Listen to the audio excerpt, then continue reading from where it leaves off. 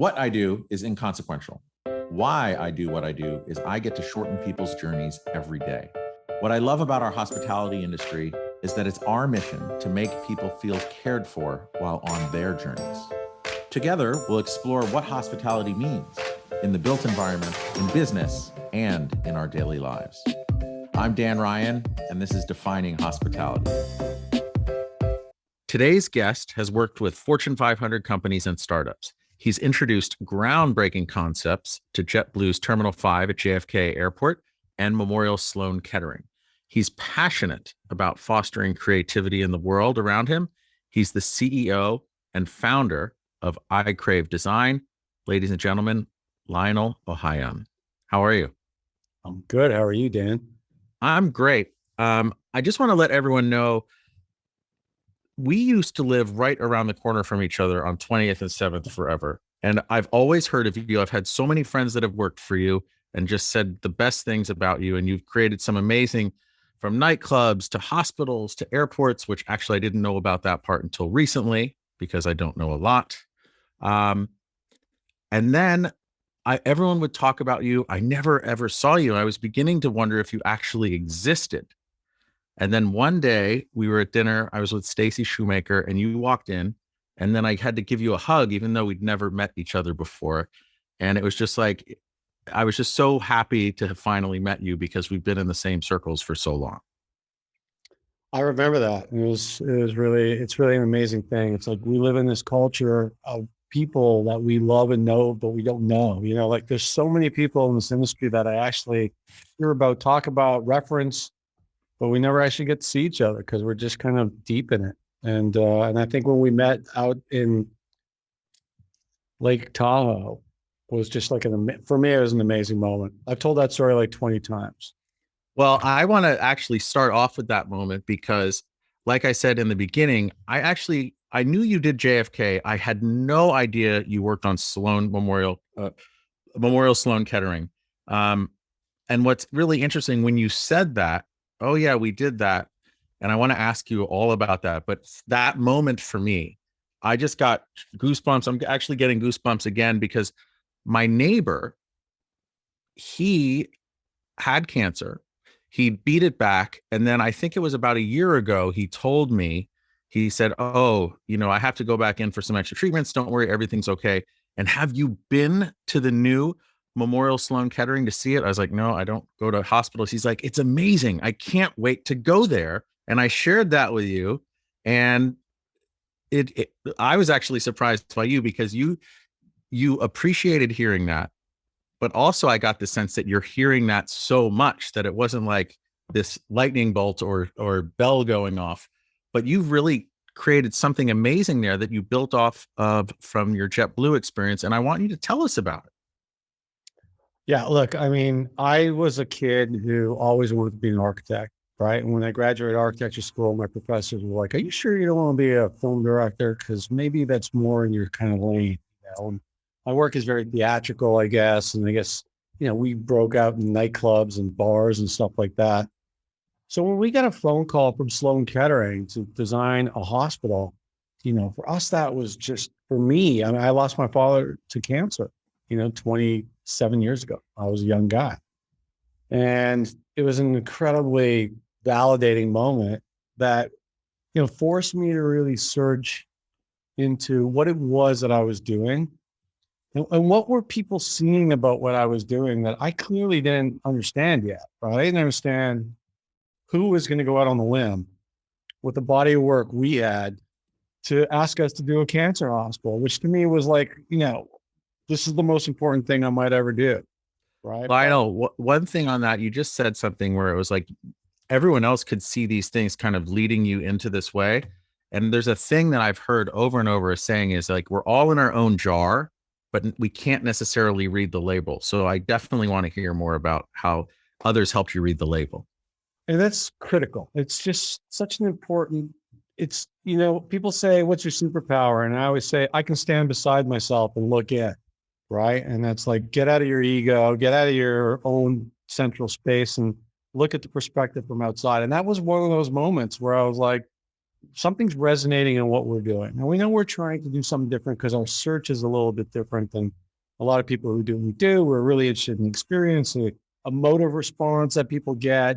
What is the experiential quality of what I'm doing and what might people take out of it on the back end? So that's always been super important for me. But to really have a moment where someone's telling you, like, we think you can solve problems for us. And we're a cancer hospital. Now, your body of work is nightclubs, bars, some hotels, restaurants, and this airport. And what happened was I did an article, I think it was in Fast Company, talking about that airport, where I explained that what we were solving for in the airports was anxiety, right? We got this project for JetBlue Airport, Terminal 5 with JFK. And we were like, what are we solving for? Can we make a cool airport? Yeah, we do cool design and all that. But what's the real issue that we're solving for? We're like, this is post 9/11. This is JetBlue, the first airline that said, I'm not giving you food, so go figure out your food on your own, right? So you had this kind of paradigm where people had to get to the airport at least an hour early, deal with TSA, all the stress and all that. And once they got there, then they had to go figure out food before they got on a plane because then they'd be hungry. So there was like a tremendous amount of stress. And we were like, people are anxious when they travel. And we start to like, well, how do they travel? What do people do? They get through security, the whole TSA thing. We all know what that's all about. And then you get through, you look at the FID, which is a flight information display, and you're like, yes, my boarding pass matches the flight information display. Now, one more thing, let me actually walk to that gate and make sure that that matches what my boarding pass says, what the flight information display says. Then you say, okay, this is where my plane is taking off. 50% of people will then leave the gate and go get food. Some people will not leave the gate, right? They're just going to stay at that gate 2 hours, 3 hours. They want to see that it says on time, Baltimore, 4 o'clock, and nothing changes. And that's just the nature. Americans are considered gate huggers. That's a whole other conversation. Oh, so we were like, solve for anxiety. And one of the things that came out of that was, well, what if people can order food from a gate, right? Like, why can't we use technology to like break through that problem? And once we were able to start to think that way, and we had a partner who was really interested in getting to the bottom of that in OTG, we were able to say, okay, here's what this thing can be. And here's how the experience of traveling through airports can change. And if we can reduce the anxiety, then we can really create an environment that can be compelling, beautiful and compelling, and be experiential and be something that's evolutionary. So in the outcome of that conversation, I got a call from Sloan Kettering, and they said, well, if you guys know how to deal with anxiety, let me show you a very anxious place, right? We do cancer. And that was arguably the best, definitely one of the top 1 or 2 in the nation, if not the world, correct? Yeah, definitely. It's an incredible organization. Staff will blow your mind. I think you'll see this across most healthcare organizations, but Sloan Kettering, particularly when we met them, they want to change, right? And we ask our clients, like, what's your threshold for pain, right? People come, they want innovation. You're like, well, it's painful. Innovation is a lot of work, is a lot of change agency. There's a lot of like understanding like how your operational model is going to work. Like, we made big changes with them, and they were prepared for that, which is one of the reasons why it's so successful. They really wanted it. And some people say they want change, but it's like, that meter kind of moves like that. And other people like step on the gas and really give me change. So it was a really incredible opportunity to work with a committed group and be able to sort of like really drop big ideas down and test them. Give it a quick right there.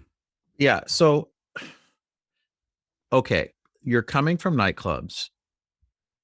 I'm still not clear on how you go from nightclubs and hotels and restaurants to designing to reduce anxiety. Like, how did that inspiration come? Like, where did that come from? It came from understanding what problem are you solving, right? When we were doing nightclubs, we were like, how do I make someone relinquish their inhibitions to find out something new about themselves, right? That's what we were trying to do. How do I erase the line between spectator and spectacle? How do I actually make you feel like you are an active participant in this in a circus, right, which is a nightclub. And so we were trying to unpack the journey of the thing, right, and the kind of like the using the thing as a vehicle for self-realization. And I think that might sound lofty, but it's not. That's how we were thinking through the problem, right? And another example of that is a Disney cruise ship we worked on when we had to solve for the teenagers, right? Teenagers get brought on the cruise ship. You can imagine if you're 17 years old, you probably have an 8-year-old and 7-year-old brother or sister, and your parents are like, "We're going on a Disney cruise ship," right? Now, everybody might be happy about that, but the teenagers are like, "This is a disaster. Like, I can't tell my friends at school I'm going on a cruise ship, blah, blah, blah. Disney." So you have this reluctant participant coming onto this ship, and we're like, how do we use that cruise ship to be a filter? So when they come on the ship, they might be reluctant. When they get off it, they're a self-realized artist who created something.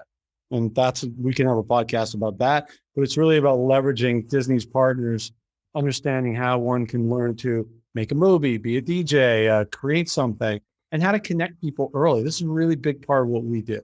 I am really focused on design is a physical and a virtual and social kind of effort, right? There's all those parts have to work, right? Your first experience at Sloan Kettering is going to be like, oh my God, I just found out I had cancer, and you hit Google.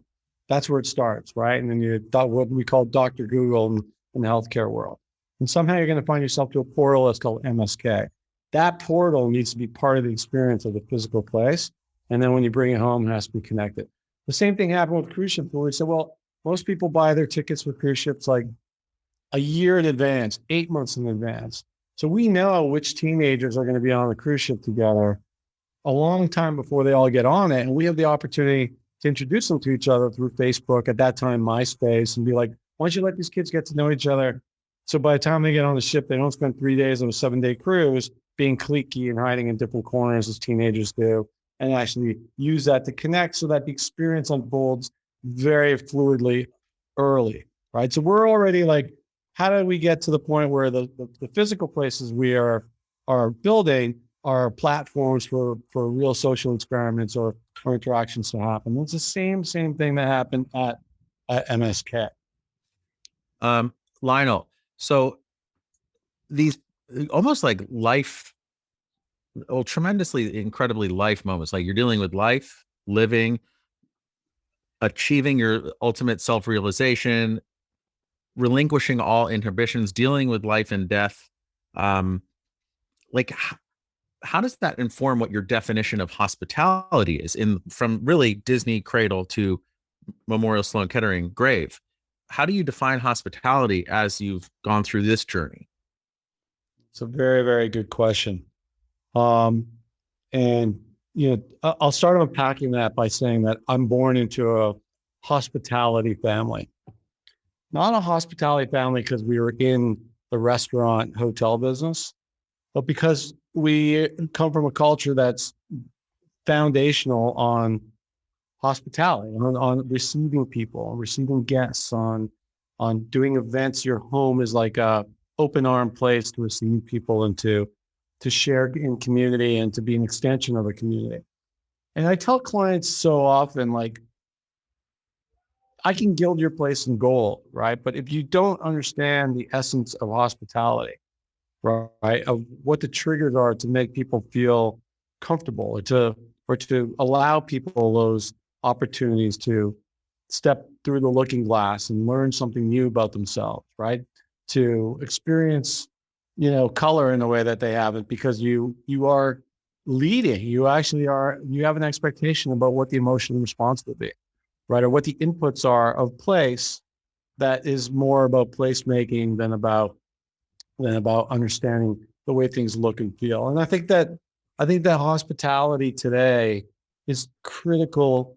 It's an ever-growing important piece of the human interaction that we're all concerned about, right? We're all concerned about our kids and, being in front of screen time, and what does that human interaction actually mean? So our job and what we do is to create opportunities, create platforms to enhance that social interaction, right? So if it's a dinner table at a restaurant, we talk about that space being around a candle. That candle in the middle of your table at dinner is literally this campfire, right? So that's like one of the spatial elements. One of the qualities of hospitality is all these spaces around this table being lit by that central candle or by a light that's reflecting off that plant. That's space A.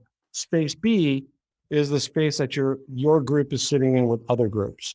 And those kind of understanding of the intimacy of those spaces and how they interplay, and then futzing with them, right? Like actually saying, you know what, I'm going to move these guys into these other people's space, right? Why? Because I want haphazard encounter. Why? Because I want people to meet people. I want to do it in a way that they don't understand why whenever they go to that place, they meet new people, or they have to squeeze through a bar, or there's enough room to get through without interrupting someone. Those are parts of like a bigger understanding, I believe, that I think a lot of hospitality designers intuitively understand about what kind of interaction you're actually hoping to get as an outcome. And those outcomes are really about, an emotive response. Like some people are having some sort of fundamental memory of that place where they were. And one of the things you'll hear me say, you might like our spaces or hate them, but you're going to remember them, right? That's what we're kind of striving for. I love the idea of being gathered around a candle, because in many of the restaurants and nightclubs that I've been in, that you and ICRAVE have done, it's so intense and life out loud, but there are those moments of warmth and kind of shared experience. And that little candle, it's interesting because that's so delicate. To me, I would think of hearth and that idea of a feeling, and a candle is really just that. And it's interesting, like if you look at it on a scale, you have this candle of this really delicate thing, but then like a Disney cruise ship or a nightclub or a STK or something, it's just so crazy loud. And to find that balance is pretty amazing. How did you come to that? I don't know the answer to that question. I'm like one of those people who was always, you ask my third grade teacher and she's like, did Lionel become an architect? It's like I was always predisposed without choice into this kind of into this craft.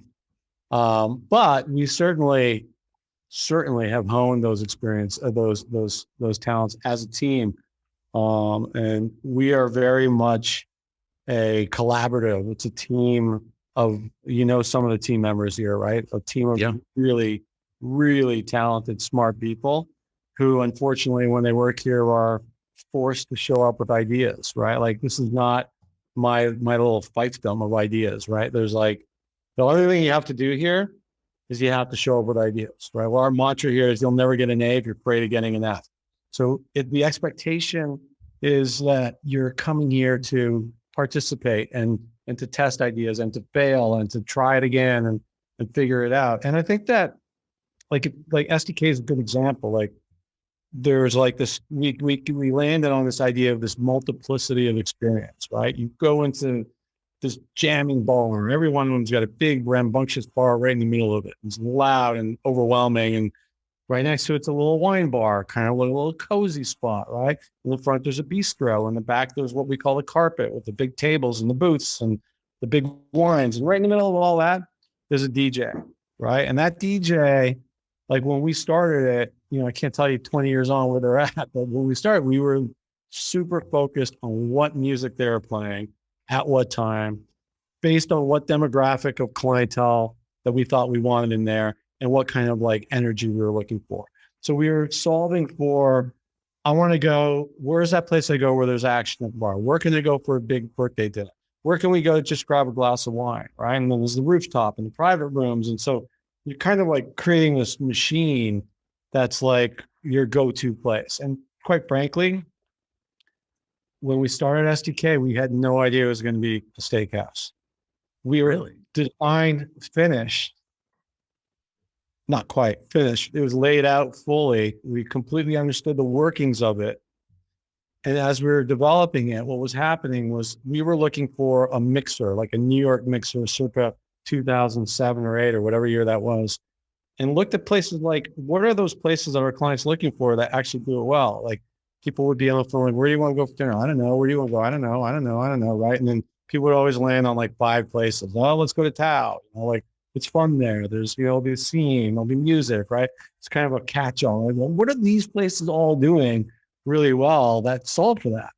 We got steak because during the time that we were developing that concept, women were eating the Atkins diet, right? So it was the first time that steak and protein was the basis for health, really. Everyone's like, lots of protein, no carbs. And we said, well, every steakhouse in the world is kind of like the old boys club. Why can't we use this new kind of food trend as a foundation for creating this place where we can reinvent the steakhouse in a new way? But fundamentally, those spaces were designed for experiential outcomes, not the fact that it's a steakhouse. So that we wanted energy off the bar, that we want to separate the carpet from the bistro, and we wanted to have a little tuck away bar to look at stuff. So I think we've really gotten, I think really skilled at like understanding how people use space, how people think about why they should go to a place or whatnot. That's probably a good example. Wow. That's totally amazing that it was not a steak place to begin with. And thank you for giving us some temporal context there. When you talk about that idea, allowing all of these opportunities to step through the looking glass and have others lose inhibition, if you were to go back through the catalog of all of the spaces that you've built and designed, what's your favorite example of actually you being in there and seeing someone lose all inhibition and just have like the time of their life? I mean, I know the first time I really, really reacted to it was when we built Crowbar. And I think for me, part of that was just this incredible journey, right? Like that you have an idea, right? And you have this unique opportunity because of what you do to drop that idea onto paper, right? And then get someone to say, yes, great idea. Then go through the process of figuring out how to detail it, how to draw it, right? How to make sure it's lit and know how the crowd's going to flow through the room, right? And then to see people in the space, right? Actually using it the way that you thought about when you're sketching it on that trace paper. It's just an incredibly rewarding profession in a lot of ways. It's like an incredible opportunity to be able to be creative and see those outcomes. And I'll never forget, opening weekend at Crowbar, being up on the second level and seeing what we called the penalty box, which was like a little island on the dance floor. People just kind of like sit, we would do these drawings of like a banquette with what we call a jump seat. So there's a spot to sit on the back. And then beyond that, there'd be somebody standing on the back and someone sitting on the back and someone standing on the seat and people in front. And we draw these sections with people at all different levels. And we're like, yeah, we're creating a mini kind of stadium at each table because this is and just seeing like people up dancing on the tables and being and looking at Siobhan and just being like, you see, that's what we thought was going to happen, right? And just kind of high-fiving each other and being like, this is so fantastic. So that's like kind of like, that's where we were. We were like nightclub post Giuliani. We happened to be at the right spot at the right time. And boom, boom, boom. We did like, I don't know, 7, 8, 9 nightclubs in New York between 2001 or 2000 and 2008, maybe. I don't know, a lot. We did a lot. And then that's when you have to experiment with getting like bulletproof Kevlar backed behind the upholstery so high heels don't poke through all the seating. We know all the tricks. Yeah. And it's interesting because now our work is airports, nightclubs, we're doing stadiums, we're doing, cruise ships. These are like high traffic. We're like, we got it. We understand how to do high traffic. And we also understand there's a lot that nightclub. When I did my thesis in architecture school, basically a nightclub. It was a theater because you have to like frame it in some sort of a intellectual way, but it's really a nightclub. And I think like when I was like, okay, I left architecture school and started my business right away, I was like, nightclubs afforded you the opportunity to have license to be creative, right? Without somebody telling you how it's supposed to be or not. They're like looking for you to be super creative, right? So it was a natural spot for someone whose professors were like, maybe you should be in film, to be like, let's go do that. That's the fun stuff. And let's go get somewhere where we have real license to build what we want to build. And we've learned a lot from that. Personally, that we were really pushing engagement. We were pushing flow, engagement, journey, delight. Like, how do you design for delight, right? How do you create moments of haphazard encounter and and sort of like stepping across something you wouldn't expect, and all that kind of theatrical kind of like positioning and whatnot has really, I think, helped us a lot in these other verticals that we're working in right now. The emotion of delight is such a powerful thing, and I definitely see it in so many of your projects. One of the questions after we were eating dinner in Tahoe together, and that I have for you is, okay, we've seen for 25 or 30 years or even longer this tsunami of aging baby boomers, right? Who are all in their like 70s plus now. They all are going to need health care. Why is it that for instance, the work that you've done at Kettering, that kind of idea of delivering delight has not transcended more of healthcare? To me, hospitality and healthcare should go hand in hand, but there just seems to be this iron curtain separating them, and it's just having a really hard time coming together. What do you think is holding that back? It's funny, you said hospitality and healthcare, but it's hospitality and hospital, right? They're really the same root word. We still feel like, we're working with St. Jude's now, which is fantastic. And we are doing another project with Sloan Kettering, and we work with Hospital for Special Surgery, and we have some other hospitals that we're trying to get in. Well, and I've been working for a long time in healthcare, but we still feel like, I feel like there's like this big glass ecosystem, and we're standing outside of it, tapping on the glass, right? It's like, it's a whole world, and it's got legacy relationships, and it's got, there's a lot of like practical things that the people on boots on the ground need to worry about, the people who are actually operating these places. And so I think it's filtering in very, very slowly. It's like you're starting to see a big investment in technology and technological innovation in hospitals. We tried to find an armchair next to a bed in a patient's room that turned into a sleeper, right? And I literally said at the time, I said, I should drop every project I'm doing and just solve for this one hospital. Oh my God.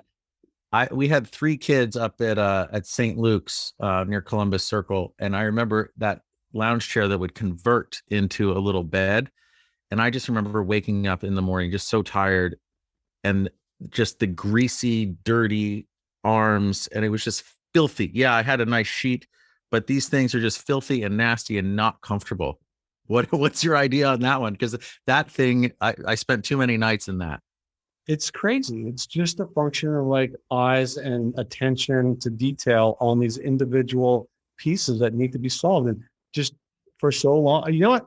It's like when we did airports, every gate hold was just like, let's go put these airport seats in every gate hold, and we'll warehouse all this furniture. And, we were like, why don't we monetize the gate hold and turn them into like revenue streams for non-aeronautical revenue, and create like these follies for guests to like come and explore the airport a little bit and burn an hour and enjoy it. I think it just is like, it's just like a door has to open. The lights got to get turned off, and I think you're going to start seeing a lot more of it. A lot more hospitals are, and I think when you talk about the baby boomers and aging, baby boomers have a different psychographic than our parents did when they were that age, right? They're young because they're exposed to so much information, that I don't think people are aging at the same kind of like, like age equals old kind of rate. So the expectation, I think, for this generation that's aging is to have access to experiences, right? Like we see more and more that what millennials and baby boomers want are not that different. They want to travel, they want experiences, they want to be close to, different foods and try new things. So I think it's going to be very, very interesting. It's a great space, by the way. to understand what that kind of like the new housing solution, what are like neighborhoods going to look like, for, and ultimately, I think good cities have, different demographics all living in the same area together. That solves a lot of problems. We used to believe that you take people who need to go to an old age home and push them off far away down some country road, down a long driveway. That's where the aging go. And then your kids go to some daycare, right? And what happens to people like you and me, we got to pay for the old age home, and we got to pay for the daycare, right? And nobody's able to be with anybody. And you're like, well, why don't we just pull all these demographics together? Maybe my grandmother could take care of my kids, right? It's like, so I think there's a lot of thinking going on right now about reinventing that kind of like that system where it takes a village is a real truism. It's funny, as you're saying all that, the idea of shopping at Costco just came into my head, because again, there's this whole cradle to grave. In Costco, you can buy diapers and you can buy coffins and all things in between. So they got you covered. Yeah, exactly. We actually work with a company called Compass Group. It's a food service company. And we were looking at the future of higher education because they're on university campuses. And when we got to know them, we realized that they're like, no, we're in your entire life. We're in the hospital when you're born, right? We serve period from K to 12. We're in universities. We're in your office space. We do like corporate, dining halls, and we're in old age homes. And they literally span the entire cycle of life. It's really wild. Lionel, one of the many things that struck me in our conversation in Lake Tahoe, going back to this idea of delight. I don't know how many listeners have had a loved one go through chemotherapy, but you're really just sitting there for hours and hours getting a drip, right? And you're just sitting there, maybe you're reading, maybe you're just watching TV. But I loved your different approach at Sloan Kettering. Instead of just being idle, walk us through what the difference was. Yeah. So we tried to reframe the brand for them in a way that we could understand how we could change the experience at a foundational level. That was super important to us. It's sort of like what we learned in the airport. It's like, if you don't solve for the why, then you're not getting to the real answer. We learned that people who are inspired have better outcomes. And we really clamped onto that. Right? Like people, I remember when my father was sick, I read a book and it was called Why Me? And the whole idea of the book was like, you got to change the paradigm from why me to try me, right? Like I'm ready for this. I'm going to take this on. And if you can get people to move from that kind of like victim, and you are a victim, you find you have cancer, you're a victim. And it's very understandable that one will feel that way, to being empowered to say, try me, I got this. I got my armor on and I'm ready to go. And so we're like, okay, well, I'm not a doctor, so we can't do the healing part. Like that's MSK, best doctors in the world. You go to that cancer facility and you get the best cancer treatment you can get. But outside of that, there's a whole, we understand, we empower, we inspire, this kind of like wrapper around it, that everything that I do, that's not the healing part, the actual doctor part of it, can be a fundamental uptick in the way that people feel, so that they're going to have better outcomes. So we said, what if the best thing that ever happened to me was that I got cancer, right? And, it's kind of, I think we put a sticker on the wall in one of our sessions said, thank God I have cancer, right? And we were obviously being provocative. In front of who? Walk us through that. Like you're saying, oh, I wish I had cancer. That's crazy. So we said, we had our team at Sloan Kettering in the studio for one of our deep dives, and we do these deep dives with our clients to really break open creative thinking, right? And so they came in the room and it said, thank God thank God I have cancer. And we were making a case that. How did they react to that when your clients walked in? Again, when we said, what's your threshold for pain? They said, pain. We're like, all right, so let's talk, honestly, right? Like we don't have to, but they got it, right? We were like, well, what if this window opens in your life, in the middle of your life, right? And all of a sudden, like if if you have a cancer, the facility we were doing is outpatient infusion, radiation, chemo, right? What that means is you're probably signed up for a year, maybe 2 years, several times a week, several hours a day. Now, the only thing that I can think of that signs you up like that is college, right? It's like enrolling into college. And to your point, the way it is right now, you show up, you sit in a green chair in a fluorescent room with lay-in tile, and you sit there and you think about your demise, right? Because it's impossible to think about anything else. So we're like, well, what if this window opened in your life? And what if you took this opportunity for this window that opened in your life to actually reinvent yourself or to create something new or to learn things that you didn't have an opportunity to learn? Maybe you're going to write a book. Maybe you're going to learn a new language. Maybe you're going to be a Photoshop expert, make a whole photo journal about your life, whatever it is. Like you have a platform now that allows you for a moment to actually be a proactive, you know, we say like the, we say that you've got to be the hero in your own rescue. You know what I mean?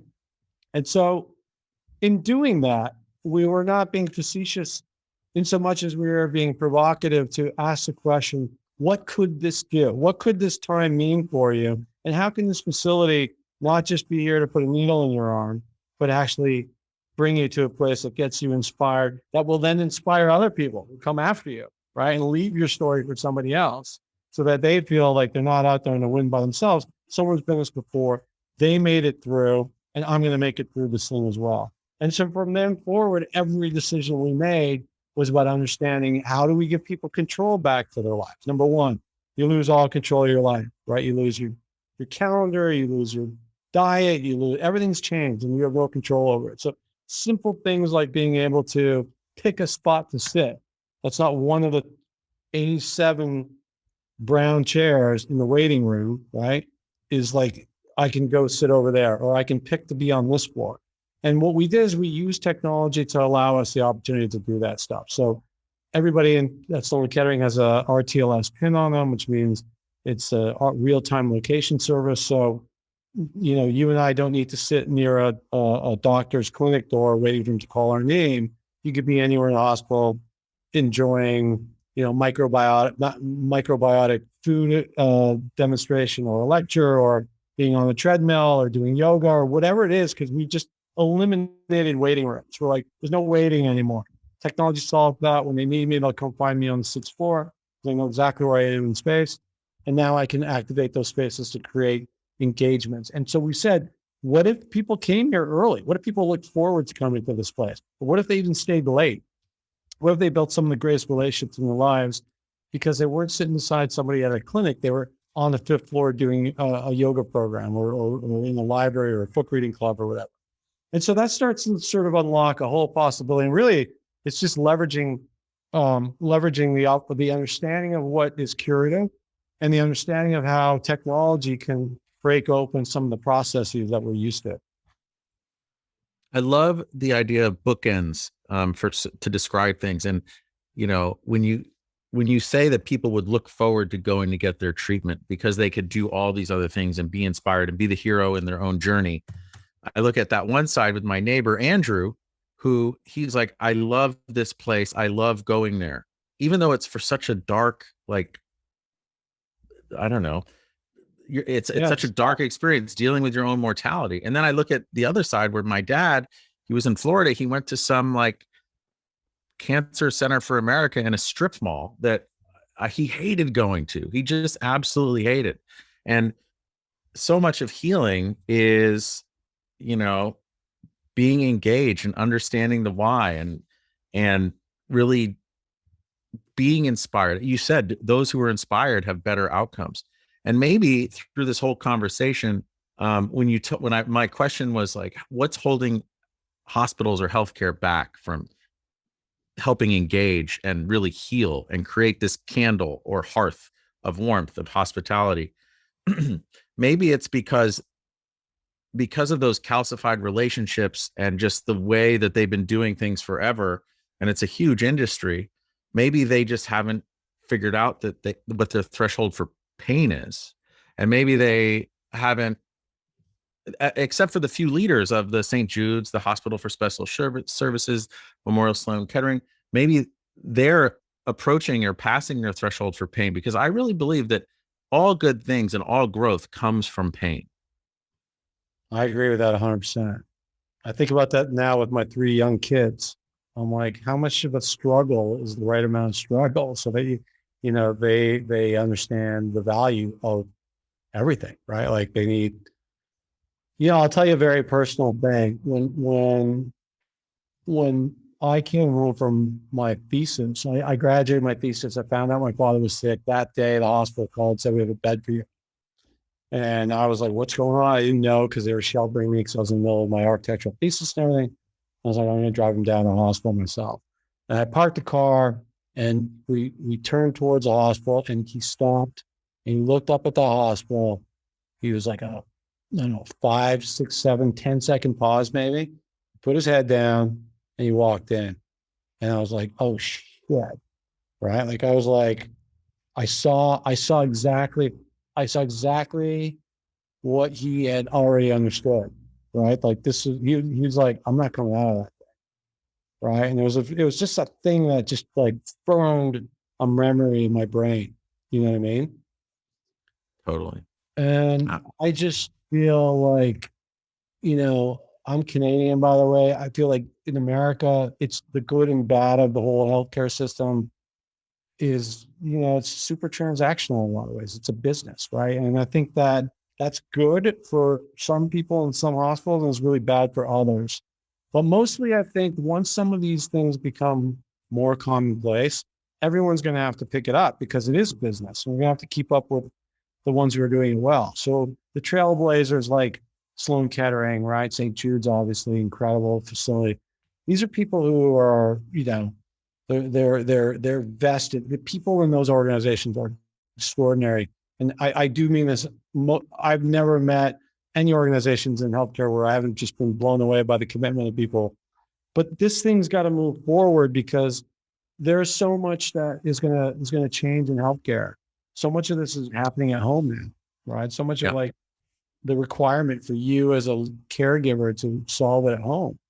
And we have to find a way that we're able to really take it on at a much deeper level, so that people can get through this. And, like it's unfortunately there's more people in more hospitals and more need for this stuff. So I'm super jazzed that we're in the space. And when I hear stories like your neighbor Andrew, it gives me chills, right? Because it's the reason why we do what we do. We want to make change. Yeah, that connection of when you said that, it was really a lightning bolt. And going on to the transactional nature of healthcare in America, and I assume in a lot of places, I saw this shocking graph in an article I was reading within the past couple of weeks, where on the graph it showed the number of physicians was this flat line of along the y-axis of just whatever, and the number of administrators was exponential growth above that, and it was almost asymptotic to whatever the datum of the number of physicians were. And that's just insane. And if you think about creating these spaces and these warm areas of healing and inspiration, I mean, people feel more in control of their outcomes. The other thing that's important about that graph, I'm sorry to interrupt you. The other thing that's important about that graph is if we took all those doctors and if this span is across America, where those doctors are now, where those hospitals are now, because it's a business, like there's these rural deserts with no physicians, right? It's a massive problem. It's like one of the things that we don't understand about why certain people didn't get vaccinated. We're like, there are vast, vast swaths of America where there is no facility to administer a real program. And when it comes to like cancer, that's a real issue. It's a real issue to find a place to get the proper care. As you were saying that, it made me think of Michael J. Fox, who just raised $1 billion for Parkinson's research. And he was in a movie in the 80s called like Doc Hollywood. And the big conflict was he's a big city, he's from Hollywood, but he found love and life and community in these rural towns, which really are a desert and devoid of healthcare. Yeah, it's a problem. So thinking about where we are and all the things that you're doing and the projects you're working on, and it's really exciting stuff. I mean, it's really incredible and inspiring. What's keeping you up at night? What's keeping me up at night is America. Honestly, I mean, I look at my wife as American. I'm just like, where is this going? Yeah. Um, I have 3 young kids, 2, 4, and 6. I'm just like, I don't know. I just don't understand. There's no scenario in my brain that says that this just kind of fizzles out and everyone hugs it out and says, it wasn't that crazy, right? Just does not feel like, I don't think, the opportunity for education, this kind of toxic conversation that won't go away, this kind of insane manufactured wealth that you're seeing all around. I don't want to be too dark, but it's what keeps me up at night. I don't understand neighborhoods. I'm in Miami now, and 50% of the population of Miami is food insecure. They don't know where all their meals are coming for in a given week. 50%, right? You have this incredible affluence on this one end, and then it's just like, it's very, very, it concerns me, because as we are today, and hopefully this will break, I just don't see a path forward. I don't see it kind of like evolving into something positive. I think, as you're saying it, you struck me when you said people who are inspired have better outcomes. I feel like we're just missing that level of inspiration and shared sense of community right now. And it's really heartbreaking. Yeah, it's really heartbreaking. It's heartbreaking that even through January 6th and everything else, it's still, everything polarizes. There's a pandemic polarizes. Everything can be polarized. And I don't know how it breaks. I'd love to be part of that fix. Like, I'd love to figure out how to be part of the conversation that makes that, go away in some, or just solve in some way. I think so much of that polarization too is backward looking. It's not forward looking. I keep talking about this Star Trek future, and I just don't know how we get there. I feel like the work you're doing in airports and hospitals are really a part of that puzzle. And I think it's about reducing anxiety and inspiring. Well, I think to that point, to people listening and people in the hospitality world, like, the physical engagements that we have the opportunity to participate in are incredibly important, right? They're so important for reasons that us growing up can't even imagine. Like, kids have a much harder time interacting with other kids because they're spending so much time doing it digitally that human interaction is not native to them, right?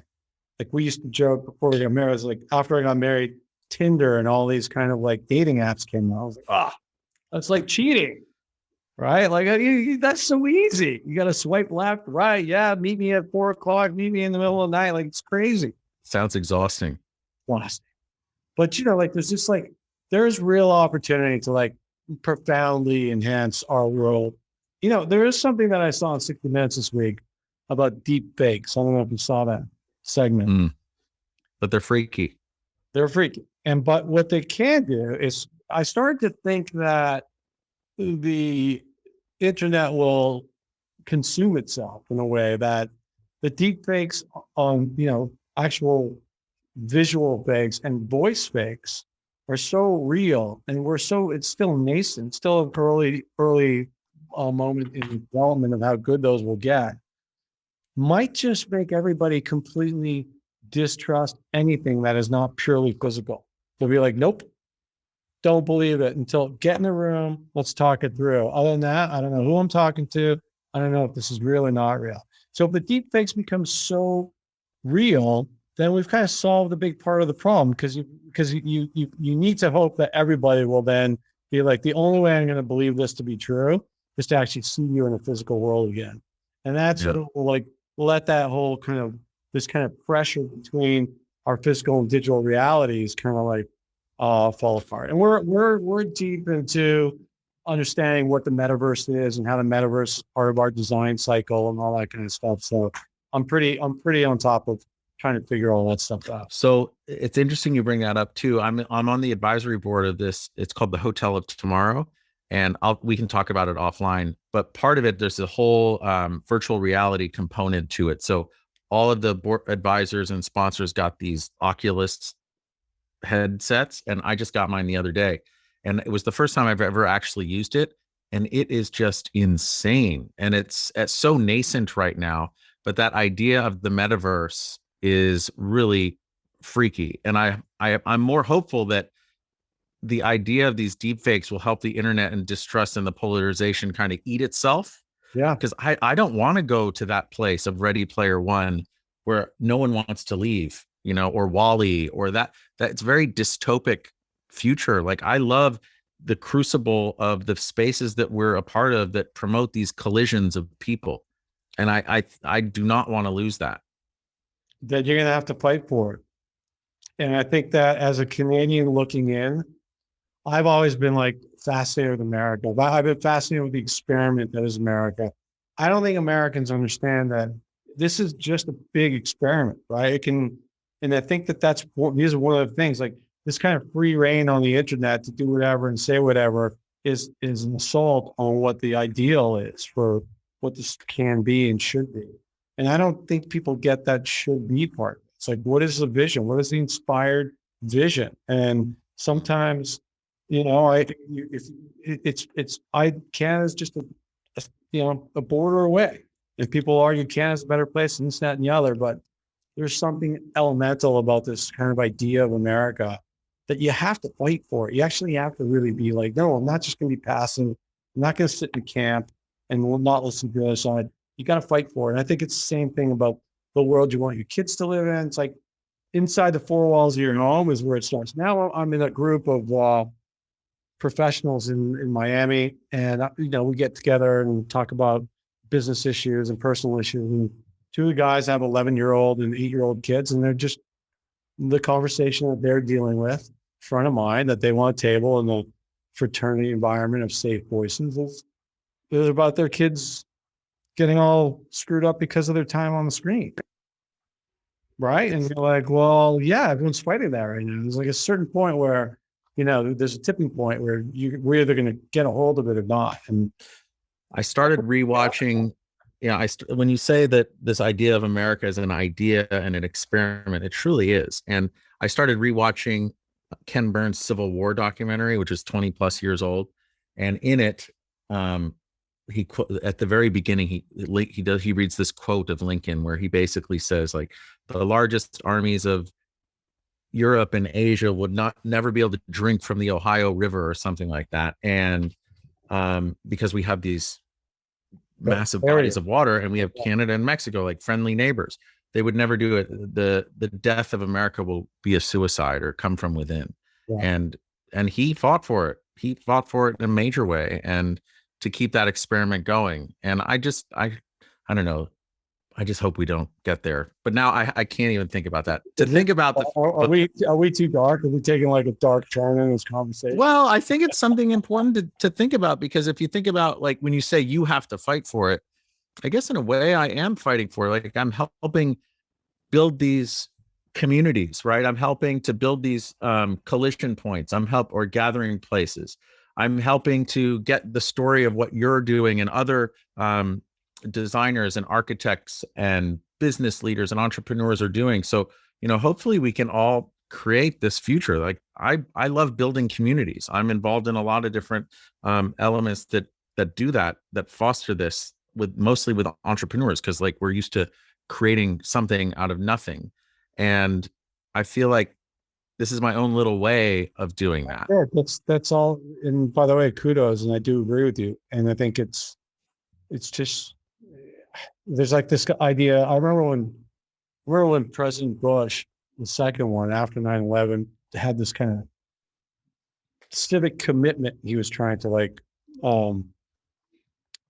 was post 9/11, and he was trying to promote this, community involvement that was part of the program of building America again.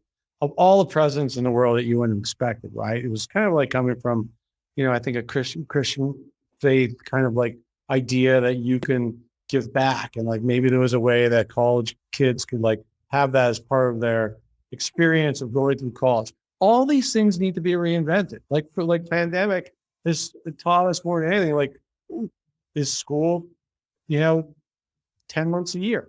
Should kids be in school 9 to 5 or whatever those parts are? And then like, what does it actually mean? You don't do like civic duty. There's no civic duty in America. There's no responsibility. You see it in the pandemic right now. People are like, I'm not wearing masks. Screw you. Like there's no sense that you have to do anything. It's all personal. And I think it's like this kind of like boil the ocean one cup at a time. Like everyone's got to do their part.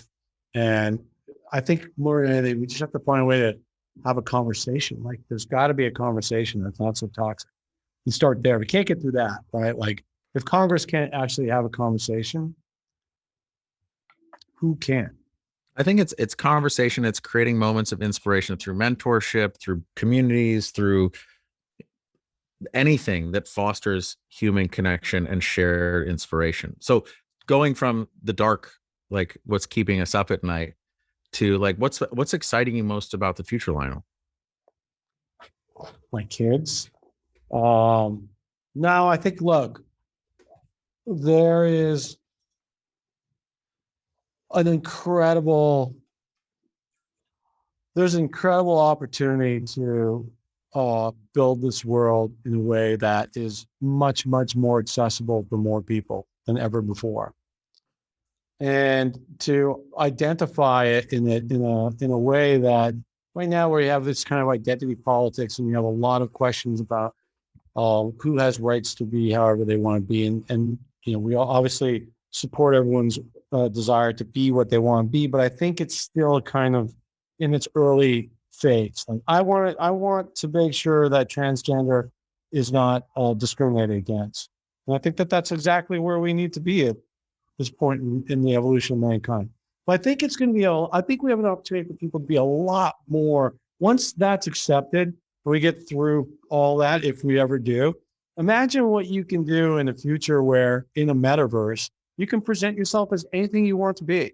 The sense of reinvention, the sense of like opportunity, the sense of like taking risks, right? That you then can not necessarily have to wear your armor, which is your daily kind of skin on you, and go and present yourself and figure out in the meritocracy kind of manner who's actually got the chops and brings something to the table.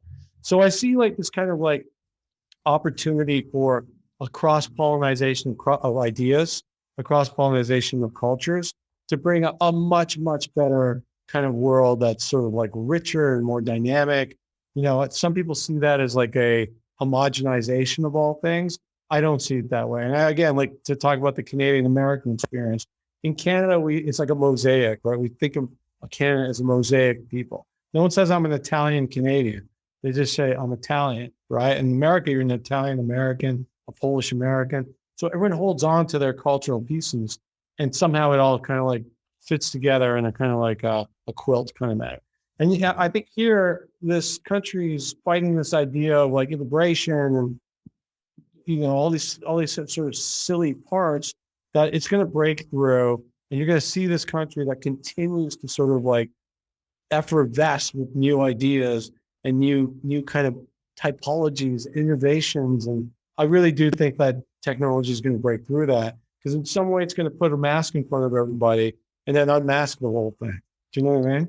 Mm-hmm. And I do believe in America, like more than any other place in the world, it's just like this kind of like, with everything that's going on, it's just a spirit for new, spirit for invention, spirit for trying new ideas, spirit for failure, right? It really is an unbelievable place. And that's what keeps it kind of, moving forward. I actually am I'm very bullish about it. I was very afraid of technology until I started to think about it in a way that I was afraid of technology because I had kids. And then you're just like, oh my God, what's it going to do to my kids? And all these kinds of questions. And then I was encouraged by it because I really do think about it as a means to an end. Right? And I think that that's our opportunity to sort of like continue to create a better place, a better world, more opportunity. I also think that kids' brains are evolving quicker. than our generation. Like my daughter's doing math and she's 6. She's doing things I was doing in 3rd grade. And it's probably because they expect her to be coding, when she's 8, you know what I mean? And some kids are coding at 6. So it's like, we're continuing to sort of evolve and seeing new opportunities open up with just an amazing generation of thinkers. Yeah, I think with all of the gender arguments around gender that are happening right now and identification, it really all boils down to this idea of liberty and justice for all. And I feel like we're like that, it's that pain, right? The threshold for pain for others who are calcified, they don't want to change. They're feeling stung. But I'm saying we need to have these arguments. Diversity is Canada's strength, it's America's strength. And when we get to that point of balancing out, liberty and justice for all, and the welfare, promoting for the good welfare of all of us, I think that, we're in the midst of this argument, and gender is kind of really leading the way through there. And I don't know, it's exciting to see. It's changing language. Language is always, everyone thinks that, language is this is the way it is, but it's always changing. And I don't know, it's exciting to be a part of it and see it all happen, and, have my daughter yell at me when I say the wrong thing, but it's all part of it. Dad, you can't say that. I know. I know. And I was like, well, teach me. So, just keep an open mind. Don't yell at me. And it's all good. Lionel, when you go back to the Lionel of finishing up your thesis of the nightclub and knowing everything that you know now and kind of where you're going and where you're inspired and how you're making all these changes and helping people identify their threshold for pain, what do you go back to that Lionel who just finished their thesis? What advice do you give your younger self? So just an interesting note on that is my thesis, if you boil it down to one sentence, was called, in one sentence, it's called Where We Live, Where We Work, Where We Play. And it was, what is the effect of the virtual world on our real world? Well, here I am, 94, I graduated in 94, however long ago that was. I'm still practicing my thesis. I'm still talking about the physical and digital intersections of our world.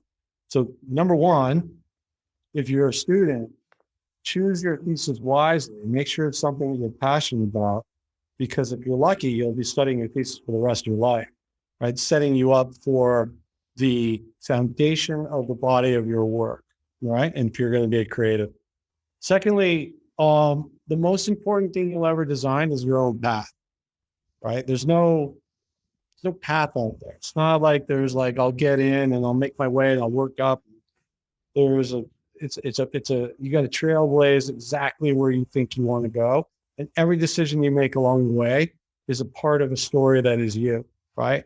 And so often now I just see kids make bad decisions, not because they happen to be leaving ICRAVE, or we encourage people to go chase their dreams. It's more just like, you have to understand that you're crafting your story, you're crafting the body of work that will be you, right? And I think right now, like, just commitment, like, people don't get that. They don't understand what you can glean out of a moment and when to call it over and to move on to the next one.